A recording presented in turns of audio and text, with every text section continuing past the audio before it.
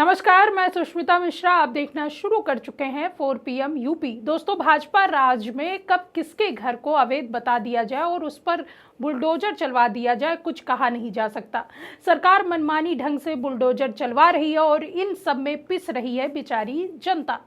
जिनका कोई कसूर नहीं है वो भी बुलडोजर एक्शन की जद में आ ही जाते हैं और सरकारी सिस्टम का शिकार हो जाते हैं। ऐसी एक घटना आई है एमपी से जो कि चर्चा का विषय बनी हुई है और इसे लेकर विपक्ष भाजपा सरकार पर हमलावर है। इसी बीच एमपी से एक बेहद हैरान कर देने वाला मामला सामने आया है, जहां मध्य प्रदेश के बैतूल में स्कूल की बिल्डिंग को अवैध बताकर बुलडोजर कार्रवाई हुई है। प्रशासन की तरफ से कहा गया कि बिना निर्णय अवैध तरीके से निर्माण हुआ था।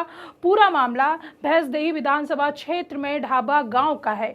गांव के रहने वाले अब्दुल नईम ने अपना खर्च से अपनी जमीन पर स्कूल बनवाया था। आपको बता दें कि ढाबा गांव में अपनी जमीन पर अब्दुल नईम ने स्कूल का निर्माण कराया है। स्कूल निर्माण में कुल 20 लाख रुपए का खर्च हुआ। निर्माण कार्य अभी चल ही रहा है। ढाबा गांव में करीब 2000 लोग रहते हैं। वहीं पूरे गांव में 3 ही मुस्लिम परिवार हैं। गांव में अचानक से अफवाह फैलने लगी कि इसमें गैर कानूनी मदरसा चल रहा है। वहीं अब्दुल नईम का कहना है कि अभी तो बिल्डिंग तैयार ही नहीं हुई थी तो संचालन का सवाल ही नहीं उठता। खैर, इस घटना के सामने आने के बाद विपक्ष ने भाजपा की तानाशाह सरकार पर सवाल उठाना शुरू कर दिया है। इसी कड़ी में कांग्रेस नेता पवन खेड़ा ने सवाल उठा दिए हैं। उन्होंने क्या कुछ कहा, आप इस वीडियो में देखिए। शिक्षित बनो, संगठित रहो, संघर्ष करो, ये बाबा साहब अंबेडकर का मूल मंत्र था। ये एक ऐसा मूल मंत्र जिसको संघ और संघ समर्थित संगठनों ने कभी स्वीकार नहीं किया, इसका हमेशा विरोध करते रहे। 10 साल में सरकारी तंत्र का इस्तेमाल करके विशेष तौर पे शिक्षा पर इन लोगों ने हमला बोला और खास तौर पे जब ये शिक्षा दलितों को, आदिवासियों को और अल्पसंख्यकों को मिल रही हो। जम्मू कश्मीर में अभी आपने देखा कैसे एक मेडिकल कॉलेज को बंद कर दिया गया क्योंकि मुसलमान बच्चे 44 के लगभग अपनी काबिलियत से नीट क्वालिफाई कर गए। ये इन्हें नागवार गुजरा, ये इन्हें बर्दाश्त नहीं हुआ।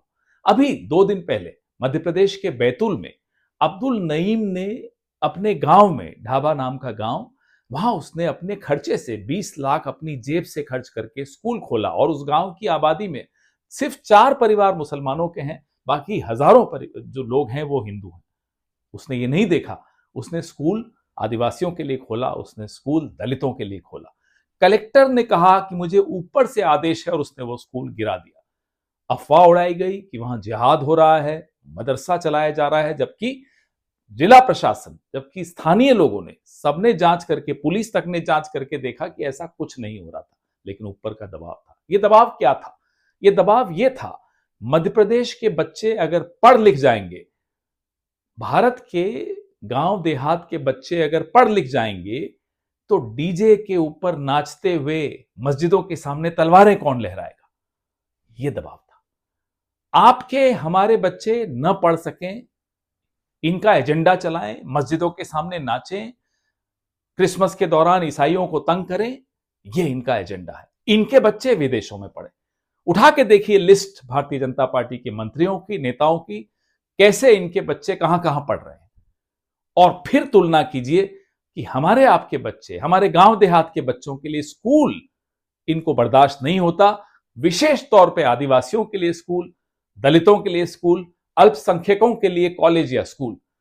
अब्दुल नईम के साथ जो हुआ, ये कोई नई बात नहीं है, ये इनका एजेंडा है। इस एजेंडा को अगर रोकना है तो इनको बार बार एक्सपोज करना पड़ेगा। हम सबको संगठित होकर इन्हें एक्सपोज करना पड़ेगा, नहीं तो अब्दुल नईम तो चलिए अपना उसका पैसा बचाएगा, अगली बार स्कूल नहीं चलाएगा, लेकिन गांव देहात के आदिवासी दलित बच्चे डीजे पर नाचेंगे, मस्जिदों के सामने तलवारें लहराएंगे। गौरतलब है कि भाजपा सरकार में हो रही मनमानी पर आखिर लगाम कब लगेगा, इस पर अभी भी संशय बरकरार है। आपको बता दें कि अब्दुल नईम एक साधारण आदमी है।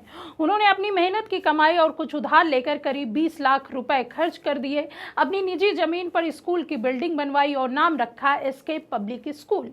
सामने आई जानकारी के मुताबिक स्कूल को लेकर उनका प्लान था नर्सरी से 8वीं क्लास तक के बच्चों को पढ़ाना। करीब 2000 की आबादी है और मुस्लिम परिवार महज 3-4 घर है। जहां ये स्कूल बनवाया जा रहा था वहां से सरकारी स्कूल दूर है, बच्चों को पढ़ाई के लिए परेशानी होती है। अब ऐसे में अब्दुल का इरादा नेक था, गरीब बच्चों को अच्छी शिक्षा मिले, गांव आगे बढ़े, लेकिन भाजपा राज में भला नेक इरादे वालों का कहां भला हो पाया है जो नईम का होता। हैरानी की बात यह है कि जब निर्माण चल रहा था तभी अफवाह फैल गई। कुछ लोग कहने लगे ये मदरसा बन रहा है, अवैध तरीके से धार्मिक शिक्षा दी जाएगी, जबकि बिल्डिंग अभी पूरी भी नहीं हुई थी, कोई क्लास शुरू भी नहीं हुआ था, कोई साइन बोर्ड नहीं लगा था, कोई किताबें नहीं आई थी। गांव वाले तो खुश थे, कई लोगों ने कहा हमारे बच्चे के लिए स्कूल बन रहा है, इसमें बुराई क्या है। एक स्थानीय आदिवासी कार्यकर्ता ने तो खुलकर सपोर्ट किया, लेकिन अफवाह ने अपना काम कर दिखाया। दरअसल 11 जनवरी को ग्राम पंचायत ने नोटिस जारी कर दिया, बिल्डिंग खुद तोड़ो, अनुमति नहीं है। जबकि अब्दुल का कहना है कि उनके पास कुछ कागजात थे, पंचायत से एनओसी की बात भी चल रही थी, लेकिन 13 जनवरी को जब वो और गांव वाले कलेक्टर से मिलने गए तब प्रशासन ने बुलडोजर चला दिया। बिल्डिंग का कुछ हिस्सा, शेड और दीवारें गिरा दी गई, किताबें जो आई थी वो मलबे में दब गई। प्रशासन का कहना है कि निर्माण अवैध था, पंचायत से पूरी अनुमति नहीं ली गई थी, इसलिए कार्रवाई की। कलेक्टर साहब का कहना है कि कानून के तहत एक्शन लिया गया है, लेकिन इस पर गांव वाले और अब्दुल का कहना है कि अफवाह की वजह से ऐसा हुआ। गांव में सिर्फ 3-4 मुस्लिम परिवार हैं, फिर मदरसा कैसे चलता। जांच में कुछ भी गलत नहीं मिला, फिर भी बुलडोजर चला दिया गया। वहीं इस पूरे मामले पर AIMIM चीफ असदुद्दीन ओवैसी ने तीखा बयान दिया है। उन्होंने कहा कि अब्दुल की गलती यह नहीं कि उनका स्कूल गैर कानूनी तौर पर चल रहा है, उनके स्कूल के तमाम कागजात मौजूद हैं। गलती यह है कि वे भारतीय मुसलमान हैं और अपने गरीब और गैर मजहबी हम वतन के लिए उनके दिल में हमदर्दी है।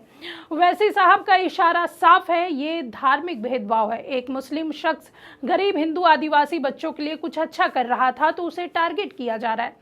हालांकि ये मामला सिर्फ एक स्कूल का नहीं, ये सवाल उठता है हमारे समाज पर। मध्य प्रदेश में हजारों सरकारी स्कूलों की हालत खराब है, कोई बिल्डिंग नहीं है, कोई शौचालय नहीं है, बच्चे पेड़ के नीचे पढ़ते हैं। वहां एक शख्स अपना पैसा लगाकर मदद कर रहा है तो उसे सपोर्ट करना चाहिए। जुर्माना लगाओ, कागज पूरी करवाओ, लेकिन बुलडोजर क्यों?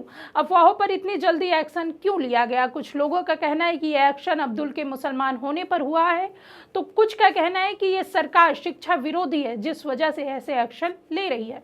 हालांकि दोस्तों, यह कोई पहला मामला नहीं है जिस पर सरकार घिरी हो या फिर सरकार के फैसले पर सवाल उठाया गया हो। भाजपा राज में ऐसे बुलडोजर एक्शन आम हो गया है। खैर, इस पूरे मामले पर आपका क्या सोचना है हमें कमेंट करके जरूर बताइए। अगर वीडियो पसंद आई हो तो वीडियो को लाइक करें, शेयर करें और सब्सक्राइब करना बिल्कुल ना भूलें। मिलते हैं आपसे अगली वीडियो में। नमस्कार।